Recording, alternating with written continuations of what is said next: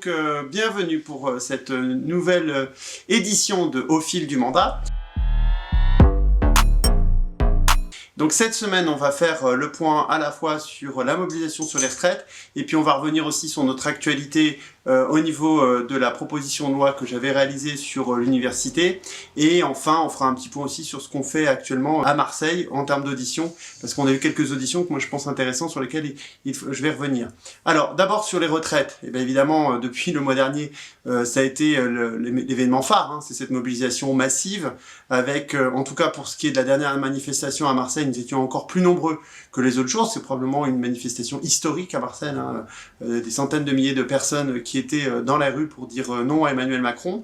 Ce qui s'est passé à l'Assemblée avec le vote de la motion de censure a été comme un électrochoc qui a fait que une grande partie des gens qui se mobilisaient déjà sur les retraites se mobilisent aussi maintenant pour des raisons démocratiques et contre les violences policières qui s'en sont suivies.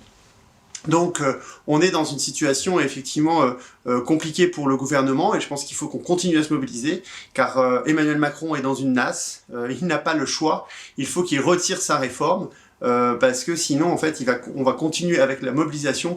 Il n'a pas d'agenda politique, il n'a pas de majorité politique, donc il faut absolument poursuivre la mobilisation, et moi je vous engage tous et tous à être mobilisés demain, mardi, pour une nouvelle journée de mobilisation nationale, et en espérant qu'il y ait aussi des mobilisations le soir dans des manifestations avec des étudiants le soir dans beaucoup de grandes villes. Et puis aussi il y a des blocages qui sont toujours en cours, les travailleurs de fosse se mobilisent. Aujourd'hui il y a encore des mobilisations assez fortes au niveau des déchets, et à Marseille notamment, donc des grèves sur la collecte des déchets. La grève se poursuit aussi à Paris sur ce secteur. Il y a aussi d'autres grèves sur les salaires qui ont pris le relais. Il y a une mobilisation à Marseille aussi qui est assez forte contre la hausse des charges locatives. Donc vous voyez bien, on a vraiment une mobilisation qui est protéiforme et qui, si elle se poursuit, fera céder le gouvernement. Alors ça c'est le premier sujet. Le deuxième sujet c'est sur l'enseignement supérieur et la recherche.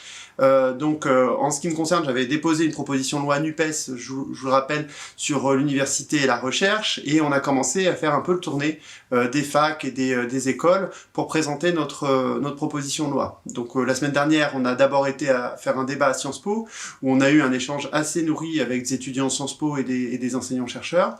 Ensuite, toujours la semaine dernière, nous sommes allés à Toulouse, où j'ai pu rencontrer des étudiants de droit à l'université du Capitole. Ensuite, j'ai rencontré la présidente de l'université du Mirail. On a visité avec Adrien Clouet, que je remercie d'ailleurs parce qu'il se joint à nous lors de cette initiative. On a donc visité en fait la fac qui était occupée au Mirail. On a rencontré des étudiants aussi, des personnels.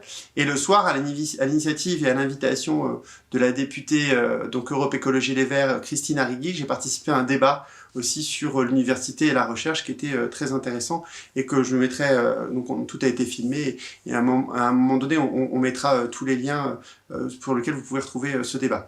Alors on a poursuivi cette semaine, d'abord avec un débat où il y avait une cinquantaine de présents à l'université de Montpellier, où on a débattu avec des étudiants du comité de mobilisation qui m'avaient invité, et des personnels et des représentants des syndicats, encore une fois de l'université, de la recherche, de pourquoi on a besoin d'une grande loi cadre sur l'université et la recherche.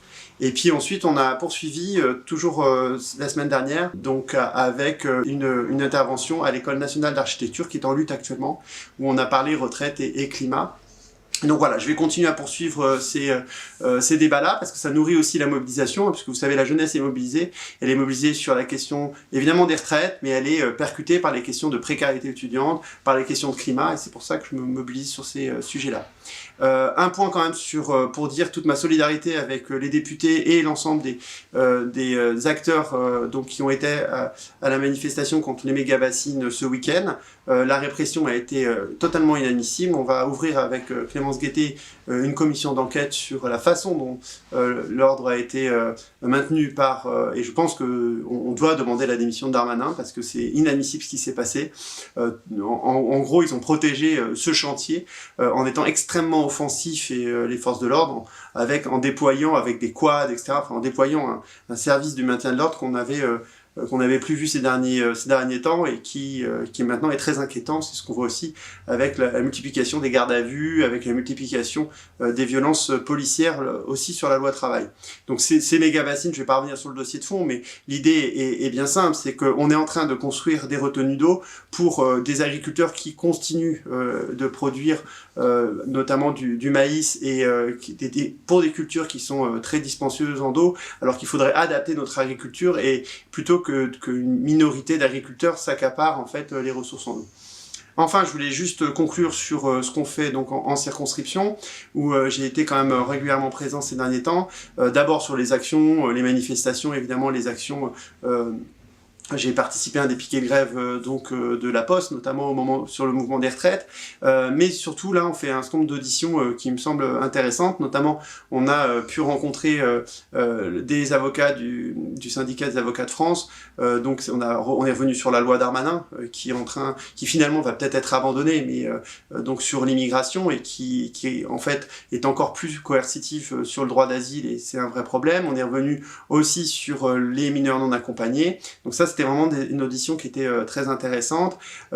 Et enfin, on a aussi rencontré un syndicat représentant en gros l'ensemble des personnels de la culture aussi ce vendredi, et c'était aussi passionnant de réfléchir à comment on peut aider en fait les acteurs de la culture qui sont ni dans le privé ni dans la sphère publique, mais qui travaillent à vraiment dans l'économie solidaire.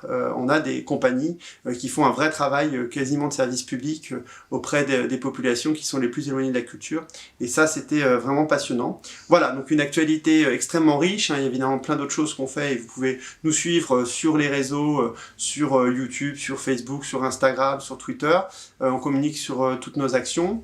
Et donc, je vous invite encore une fois de plus à vous mobiliser, même si ça fait depuis longtemps qu'on se mobilise. Mais je pense que c'est vraiment très important d'être mobilisé demain. Et cette mobilisation fait tache d'huile. Car maintenant il y a une mobilisation, elle s'étend en Allemagne. Il y a une grande grève générale en ce moment en Allemagne.